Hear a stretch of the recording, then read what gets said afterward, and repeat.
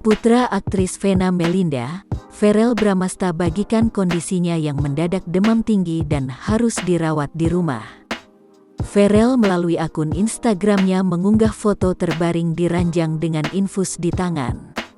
Dalam keterangan foto yang diunggah, Verrell menjelaskan kondisi demam yang dialami. Semalam tiba-tiba demam sampai 39,5 C. Hari ini dirawat di rumah.